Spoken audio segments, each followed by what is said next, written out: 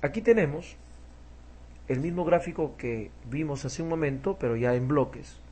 Un plan maestro de producción que origina un programa MRP que finalmente nos dice qué comprar y nos dice qué fabricar.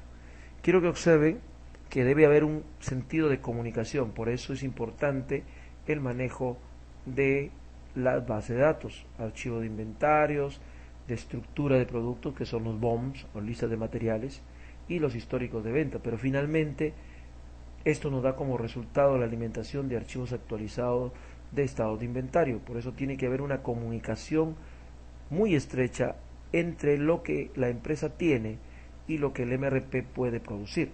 Un sistema MRP no funciona si este no es alimentado adecuadamente. En resumen, ¿qué entradas tenemos en el sistema de MRP? La principal entrada corresponde al plan maestro de producción. O sea, es importante señalar que fruto de este plan se determinan de manera exacta los componentes y por lo tanto no se incluyen otro tipo de demanda de componentes, pero puede, porque en algún momento puede que hayan partes que se requieran incluso para mantenimiento.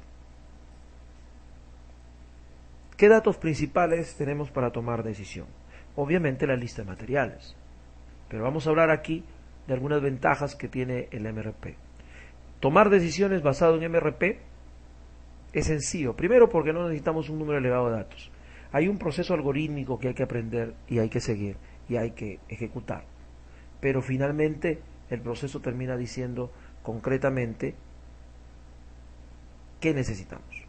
Entonces se recogen dos documentos, la lista de materiales o llamado BOM y el maestro de artículos. La lista de materiales representa la estructura del producto, es decir, la explosión misma del producto. Lo que nosotros llamamos explosión de necesidades. La forma más común de representar la estructura es una explosión uninivel. La explosión porque representa de arriba abajo, es decir, de producto final a componentes, pasando por sus montajes. Otra forma de presentarlo sería la implosión, que se emplea mucho menos. Y el uninivel, ya que se detallan los componentes de cada componente, lo que hace que un mismo elemento pueda aparecer más de una vez en distintos niveles. Por ejemplo, en esta silla, la lista de materiales me dice que, a través de explosión, una silla se arma por 4 patas, un respaldo y un asiento. Y un respaldo, a su vez, es armado por una tabla y 2 barrotes. Esta explosión nos dice directamente qué compramos y qué fabricamos. Por ejemplo, fabricamos la silla porque tenemos detalle de quienes lo componen. Fabricamos el respaldo porque tenemos detalle de que lo compone la tabla y los barrotes. Pero las patas las compramos de acuerdo a esta empresa. En realidad esta empresa estaría ensamblando una silla. Pero si yo fabricara patas, entonces patas tendría un detalle sobre la cantidad de madera, por ejemplo, que estaríamos usando. Igual sería el asiento, los barrotes y la tabla. Una forma de implementar a nivel informático, que es lo que nos interesa finalmente si es que esto lo vamos a manejar en masa, es que podríamos hacer lo que yo podría llamar a esto una tabla de requerimientos, por supuesto codificada en informática. Un artículo como silla requiere patas 4 unidades, asiento 1, respaldo 1. El respaldo requiere una tabla y 2 barrotes. Esta relación de muchos a muchos es importante porque nos permite saber la estructura de explosión que podríamos tenerlo como un diagrama de estructura. El maestro de artículos es un fichero de control de inventario, es decir, presenta el estado actual y futuro del inventario de componentes y de productos finales. Pero aquí también hay que incluir datos fundamentales, como por ejemplo el lead time o tiempo de aprovisionamiento o plazo de entrega o de montaje o de fabricación. De esta forma se sabe el momento en que debe empezar a fabricarse o pedirse el componente, ¿cierto? El periodo de planificación nosotros le vamos a llamar cubo de tiempo.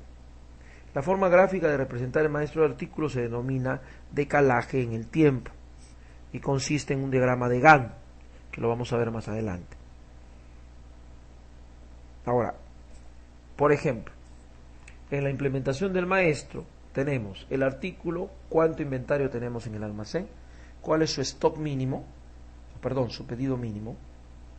Pedido mínimo significa cuánto debemos pedir, cuándo debemos fabricar o cuándo debemos comprar. Lo encontramos también con el nombre de tamaño de lote. Y este dato PF montaje se refiere al tiempo de aprovisionamiento o de compra o de reabastecimiento de cada uno de ellos. Si yo compro patas, tengo que pedir 100 unidades cada vez que pida y demora en llegarme, si eso se fueran semanas, 2 semanas. El cubo de tiempo, hay que aclararlo, tiene que ser descrito, evidentemente, en la misma escala en todos los elementos.